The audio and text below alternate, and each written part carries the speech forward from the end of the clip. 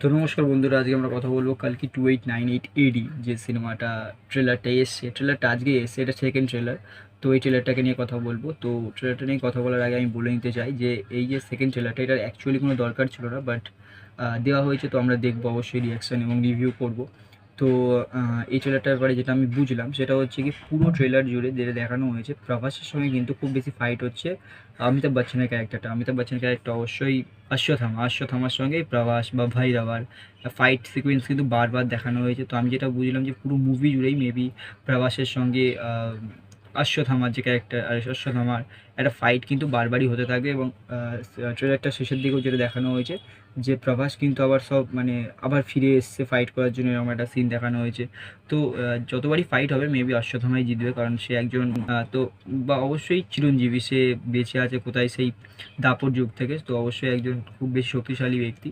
তো অশ্বত্থামার সঙ্গে প্রভাস কখনোই জিততে পারছে না, এবং তারপরে সে বারবার ফাইট করতে আসছে। এবং প্রভাসের যে অ্যাম্বিশনটা, যেটা আমরা বুঝলাম ট্রেলার দেখে, দুটো ট্রেলার দেখে, সেটা হচ্ছে গিয়ে প্রভাস অ্যাকচুয়ালি আমি স্টোরির কথা বলছি এখন, হ্যাঁ।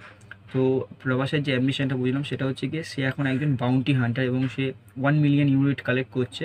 কেন? কারণ তাকে ওই যে কমপ্লেক্স আছে, ট্রেলারটা যদি আপনারা দেখেন বুঝতে পারবেন, ওই যে কমপ্লেক্স, ওই কমপ্লেক্সে সে একটা মানে কমপ্লেক্সে এন্টার করতে চাইছে। সেই সময় দাঁড়িয়ে কলিযুগের ওই 2898 এডিতে দাঁড়িয়ে সেই জায়গাটা, যে কমপ্লেক্স জায়গাটা বলা হচ্ছে, সেটা অ্যাকচুয়ালি পৃথিবীর মধ্যে স্বর্গকে রিপ্রেজেন্ট করছে। তো সেই জায়গায় যদি যেতে পারে অবশ্যই জীবনটা হুল্লালা হয়ে যাবে।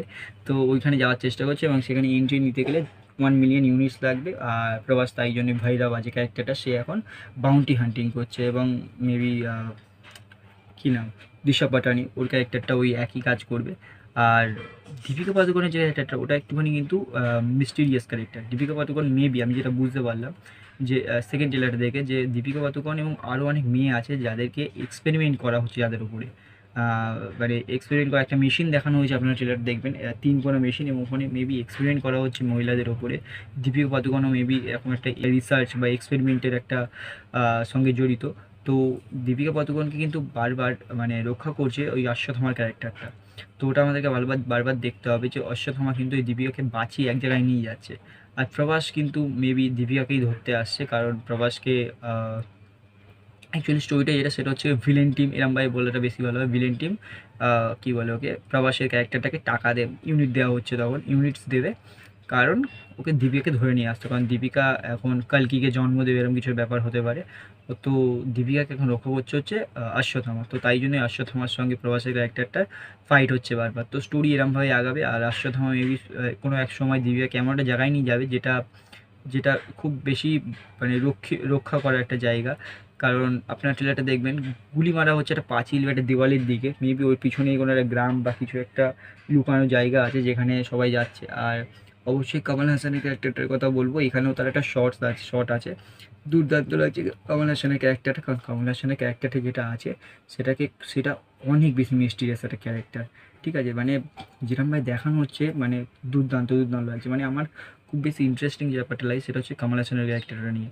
ওটা অ্যাকচুয়ালি মেন ভিলেন হবে বা কে, আমি ঠিক বুঝতে পারছি না, এখনও সিনেমা আসেনি, বাট ওটা খুব বেশি ইন্টারেস্টিং হবে। তো এই ভিডিওতে শুধু আমরা স্টোরি নিয়েই কথা বললাম, ভিএফএক্স নিয়ে কথা বলবো না, কারণ ভিএফএক্স নিয়ে আমরা আগের ভিডিওতে কথা বলেছি। আর ভিএফএক্স না বললেও ভিএফএক্স দারুণ হচ্ছে।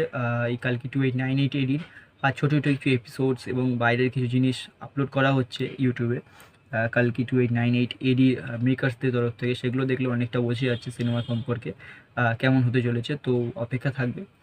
সেকেন্ড ট্রেলার থেকে আমি তো এতটাই বুঝলাম যে স্টোরি সম্পর্কিত আমার একটু আইডিয়া এসছে, কারণ দুটো ট্রেলার পর এসে, দুটো ট্রেলার দেখার পরে কিছু তো আইডিয়া এসছে।